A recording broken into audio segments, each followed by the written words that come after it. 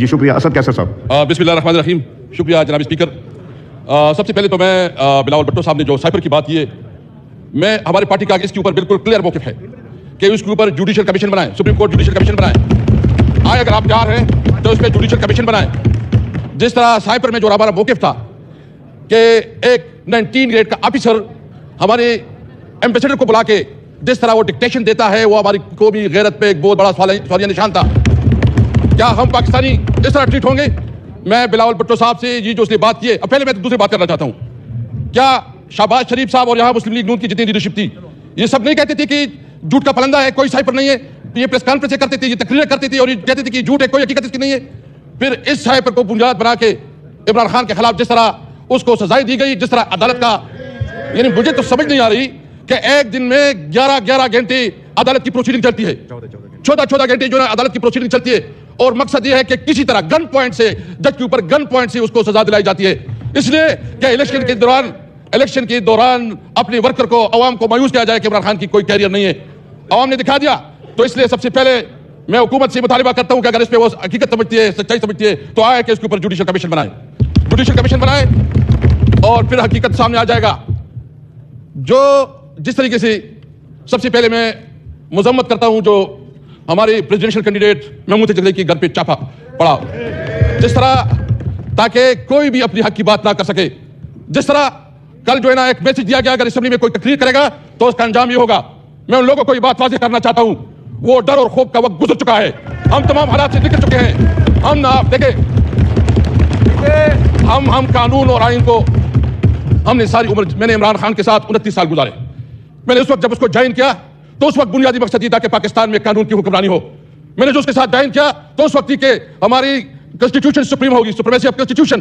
جب ہم اس نے اس وقت جوائن کیا تو اس وقت مقصد یہ تھا کہ ہم عوام کو انصاف دلائیں گے، اور انصاف کے لیے ہماری جدوجہد تھی. 29 سال عمران خان کے ساتھ گزارے. عمران خان نے کبھی اصولوں پہ سودا بازی نہیں کی. ان کے لیے آسان تھا کہ وہ بھی ایگریمنٹ کرتا، ملک سے باہر چلا جاتا، لیکن اس نے نہ وہ بھاگا ہے اور اس نے ڈٹ کے مقابلہ کیا. اس نے تمام آفر میں وہ کیے اور انہوں نے فیصلہ کیا ہے کہ وہ اس ملک میں رہ کے حالات کا مقابلہ کریں گے. میں آپ کو کہتا ہے کہ انشاءاللہ تعالیٰ نہ ہمارا لیڈر جھکے گا نہ ہم جھکے گا انشاءاللہ تعالیٰ.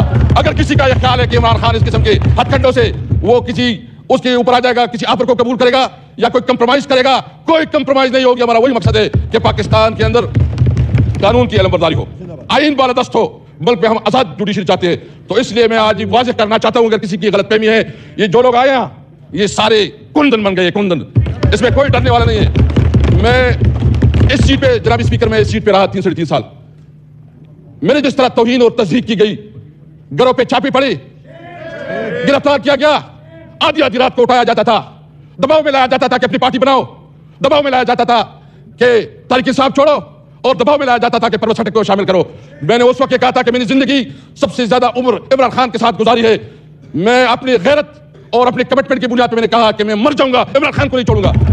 لیکن میں یہ پوچھنا چاہتا ہوں کہ اگر اس قسم کے عہدوں کی بھی توہین آج میرے ساتھ کل آپ کے ساتھ ہوگا، خدا نہ کرے، کیونکہ اگر عہدوں کی، میں نے اس کو کہا آپ میری توہین نہیں کر رہے ہیں، آپ پاکستان کی توہین کر رہے ہیں، آپ پاکستان کی عہدوں کی توہین کر رہے ہیں، کیونکہ آپ کے سامنے جو ہم لوگ جو پولیٹیشین ہیں یہ بالکل آپ کسی طرح اتنا میں نہیں سمجھتے. اس لیے یہ بات بالکل واضح ہونا چاہیے. اور میں ایک اور بات بھی کرنا چاہتا ہوں کہ یہ صرف ابھی نہیں، ابھی ہماری شروعات ہو چکی ہے. انشاءاللہ ہم ایک بہت بڑی تحریک بنانا چاہتے ہیں، اور اس میں ہم ان تمام پارٹیوں کو دعوت دینا چاہتے ہیں جو پارٹیاں اس الیکشن کے اوپر کنسرن رکھتی ہے. وہ بلوچستان کی پولیٹیکل پارٹیز ہوں، وہ سندھ کی پولیٹیکل پارٹیز ہوں، وہ پنجاب اور خیبر پختونخوا سے ہو. ہم سب کو اکٹھا کریں گے آئین کی بالادستی کے لیے، ہم سب کو اکٹھا کریں گے آزاد عدلیہ کے لیے، ہم سب کو اکٹھا کریں گے سویلین سپریمیسی کے لیے انشاءاللہ تعالیٰ. ہم سب کو اکٹھا کریں گے. یہ بات بھول جائیں، یہ تو آغاز ہے. یہ جہاں بیٹھے ہیں فارم 47 والے، میں بہت معذرت سے کہتا ہوں، ان کو اپنی بیوی اور اپنی بچی بھی میں نہیں سمجھتے. ان کو پتا ہے ان کی اپنی زمین بھی، ان کو جو کراچی میں ہمارے مینڈیٹ پہ ڈالا گیا ہے، ڈاکہ ڈالا گیا ہے، ان سے پوچھے، ان کو پتا ہے کہ وہ ہارے ہوئے ہیں. جو اسلام آباد سے ان کو پتا ہے کہ وہ ہارے ہوئے ہیں، جو پنڈی ڈویژن سے ہیں اس کو پتا ہے کہ وہ ہارے ہوئے ہیں. اس نے جو وزیر اعظم بنایا کیا، اس وزیر اعظم کی کوئی سے ہے، اس کی کوئی ویلیو ہے، اس کی کوئی اخلاقی قوت ہے؟ میں یہاں صاحب سے پوچھنا چاہتا ہوں کہ تھوڑی آپ کے اندر کوئی ضمیر جاگ رہا ہے کہ نہیں جاگ رہا؟ کوئی شرم، کوئی چیز محسوس ہو رہی ہے کہ نہیں ہو رہی؟ آپ کس قسم کی جو ہے اس ملک کو بحرانوں سے نکالیں گے؟ سب سے پہلے ہمارا مطالبہ ہے کہ جو ریگنگ ہوئی ہے اس کے اوپر جو ہے نا اعلیٰ عدالتی، اس کے اوپر باقاعدہ عدالتی کمیشن بنانا چاہیے سپریم کورٹ کی، سینئر اور ان ججوں کی جس کی کریڈیبلٹی ہے، تاکہ اس جو یہاں جو دانتی زدہ لوگ بیٹھے ہیں جنہوں نے ووٹ دیے ہیں اس کا پرمنٹ سولوشن نکلے. بلاول صاحب کہہ رہے ہیں، کہیں بیٹے بلاول صاحب میں آپ سے پوچھ